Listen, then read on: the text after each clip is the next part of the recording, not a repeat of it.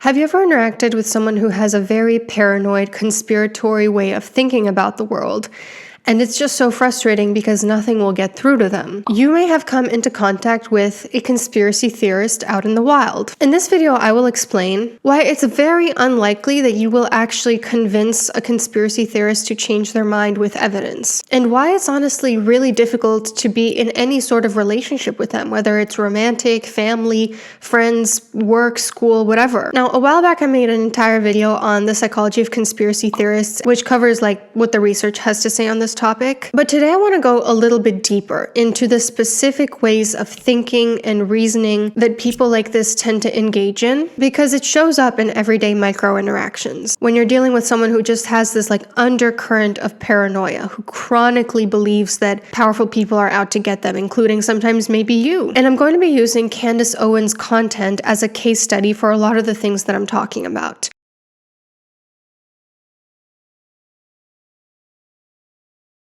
Without further ado, why is it so hard to argue with conspiracy theorists? What are their ways of thinking and reasoning?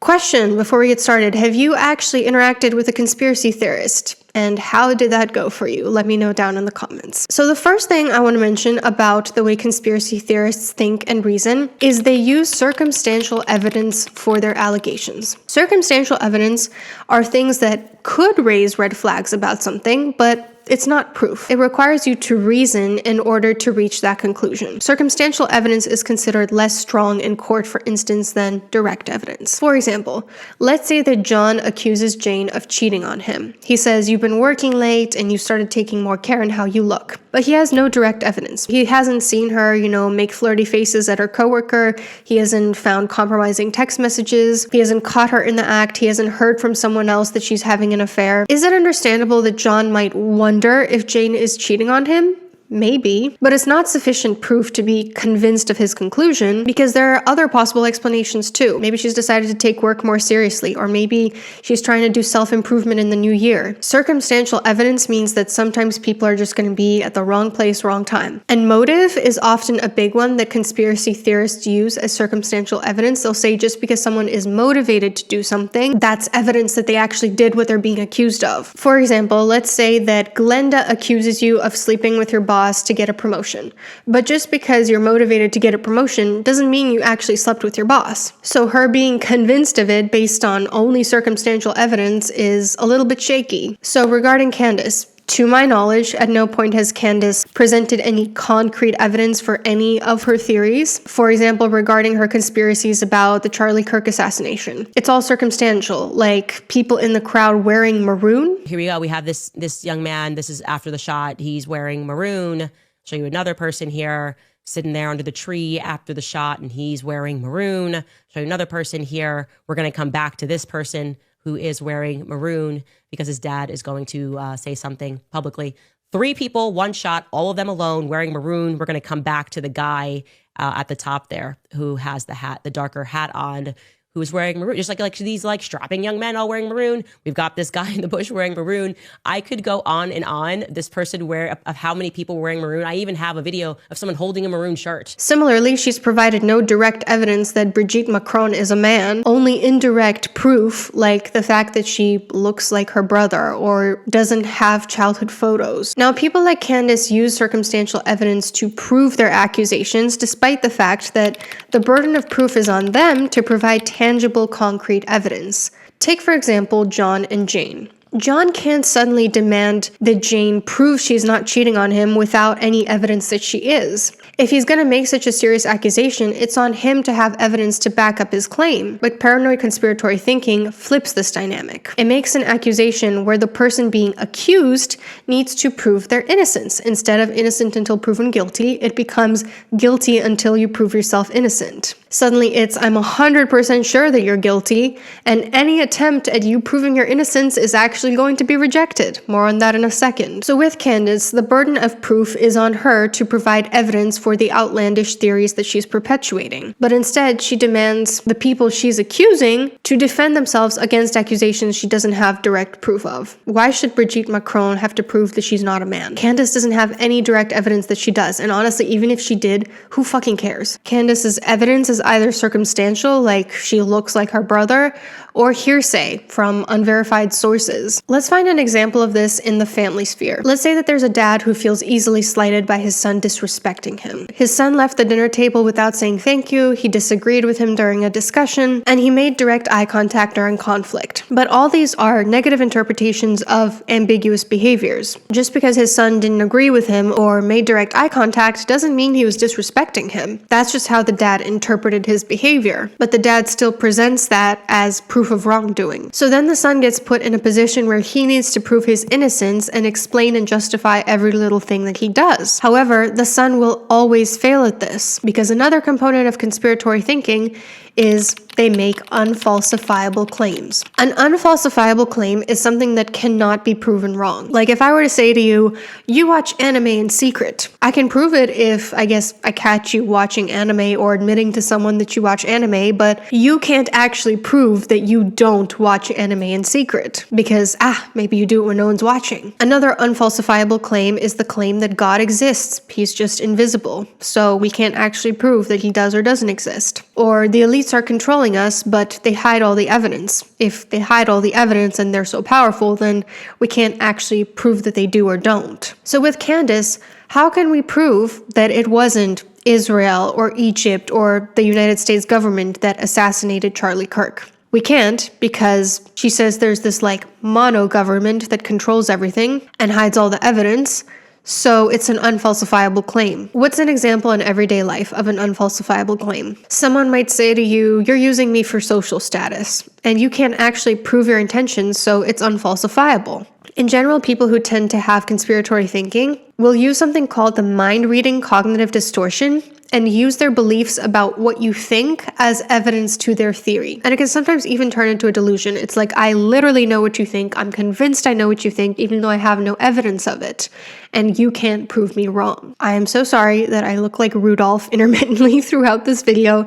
I keep having to blow my nose. And this is where the next piece comes in, which is that any response or non-response is perceived as evidence of wrongdoing. And that thing happened where there was an overreaction for no reason online, so I knew that I was on the right track and I should probably keep going. If the accused person actually responds, that's interpreted as wrongdoing. So if the Macrons sue Candace for defamation like they're doing, oh, she must have gotten under their skin, she must be onto something, they're trying to silence her. But if the accused doesn't respond, that's also evidence of wrongdoing. Like how the US government didn't make a statement with regards to her accusation that the Macrons put a hit on her. Oh, that's because they're in on it, they're covering it up. I did hear back from the White House confirming that that message had been delivered on Trump's desk. Me saying that I had the information, I guess he didn't want to inquire further, which is interesting. But the FBI left me on red. And I will say I didn't go through an official channel and send an email, and I should do that. But I did send a text message to somebody very high up who received the text message. No response. Now, I thought that the claim of the French Foreign Legion being involved in Charlie's assassination, I thought the FBI might be interested. No phone calls even from Utah's FBI branch have come into me either. Wouldn't you want to see? Aren't we supposed to be investigating the Charlie Kirk assassination? It was totally not a state operation, and they really want to get to the truth, which explains why nobody called. No, Utah, not interested. I'm actually surprised Tyler Robinson's lawyer hasn't reached out to me. What's going on here? No, we've got to protect the patsy, right? We've got to protect the patsy in this situation. So you're damned if you do, you're damned if you don't. In everyday interactions, let's say your mom accuses you of hiding something from her. And she says, you're hiding something, I know it, I have a feeling, which is emotional reasoning, when you say you know something simply because you have a feeling about it. This is another key component of conspiratory thinking, by the way. He makes my skin crawl. I can't explain it. I look at him and he's a bad person and nobody can make me feel one way or the other about that. If you reply, I'm not hiding anything, then she can say, see, look how defensive you are. This is proof that I'm right. But if you just disengage and say, I'm not going to get into a fight with you right now, then she can say, see, you won't even defend yourself because you know I'm right. And I see this all the time with online figures who are forced to defend themselves for whatever reason. People demand that they defend themselves, and then they use their response as proof of wrongdoing. But if they stay silent, they also use that as proof of wrongdoing. But regardless, when you're dealing with such a person, not defending yourself is usually the much better move, because anything you say can and will be twisted against you. And yeah, even if you don't say anything, it's going to get twisted against you, but at least then they'll have less to latch on to. Another component of conspiratory thinking is their pattern recognition is simultaneously overactive and underactive, meaning they read into certain things and see a pattern where there is none, like maroon shirts, yet also they don't notice more blatant patterns at play, like, say, all the evidence we have against the man who's currently on trial for assassinating Charlie Kirk. People with conspiratory thinking both see patterns where there are none and don't see patterns where they truly exist. This is called pattern overdetection and pattern blindness, because they're motivated to see patterns only when it involves this core feeling of paranoia, only when they want to confirm the belief that someone powerful is out to get them. Let's say both you and a mutual friend can't go out to lunch with your friend Vanessa. Let's say both of you have to cancel. She interprets this as evidence that the two of you have been talking behind her back. She sees a pattern where there is none. But on the other hand, she fails to see the larger pattern that both you and the mutual friend are sick, for instance. Maybe it's flu season. Maybe you had to cancel a family event last night, so it's not like you're only bailing on her. But Vanessa is simultaneously not seeing the pattern that exists and seeing a pattern that doesn't exist. Conspiratory thinking people also move the goalpost. Moving the goalpost is a logical fallacy where someone asks for evidence, but once you provide evidence, they demand for even more evidence. No amount of evidence is ever enough. So for example, at the beginning of her conspiracy theories regarding the Charlie Kirk assassination, Candace said, I'm only going to stop if Erica Kirk asks me to stop. And then when Erica Kirk flat out told her stop, she refused to stop. Going to stop unless Erica Kirk asks me to stop. Erica said stop.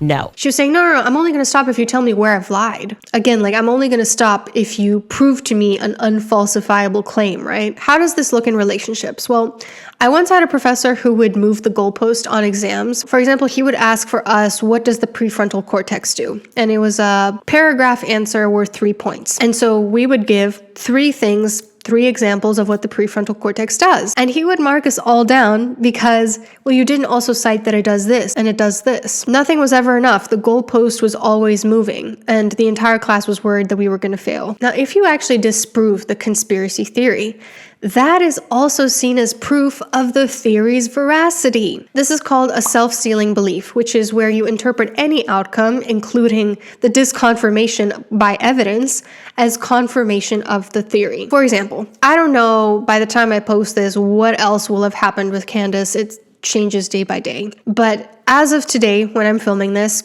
Candace Owens posted that she had a really long talk with Erica Kirk. She feels it alleviated tensions or something like that. And I thought this was a really interesting comment under that post. If her direction changes tomorrow, we will know that everything that was said before is indeed 100% accurate.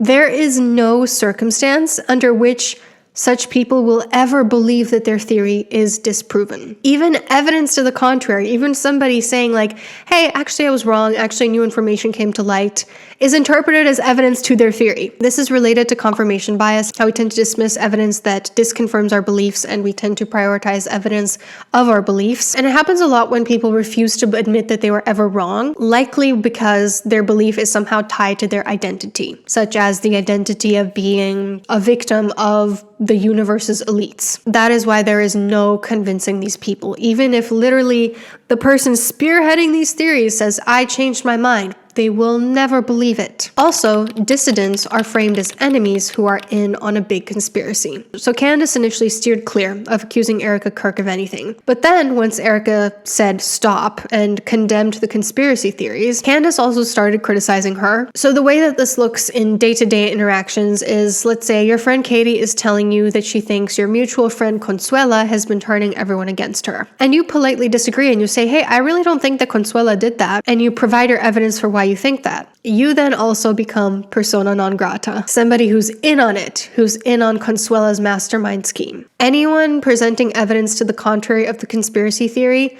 automatically gets shut down by an ad hominem attack. Oh, you're in on it. You're one of them. In conclusion, I wanted this video not only to go into the reasoning and thinking errors involved in conspiracy thinking, but also the way that it shows up in relationships. What happens when those conspiracy theorists go out into the world and interact with everyday people? Because at one point or another, we're probably all going to come into contact with them. Some conspiracy theories turn out to be true. Yeah, absolutely. But someone who chronically uses these errors in thinking and reasoning is likely seeing conspiracy theories where there are none. So as a reminder, those are using circumstantial evidence for their claims, flipping the burden of proof, making unfalsifiable claims, perceiving either response or non-response as evidence of wrongdoing, simultaneous pattern over-detection and pattern blindness, moving the goalpost, self-sealing beliefs, and ad hominem attacks against dissidents. If you're dealing with such a person and you keep feeling frustrated because no amount of reasoning with them works,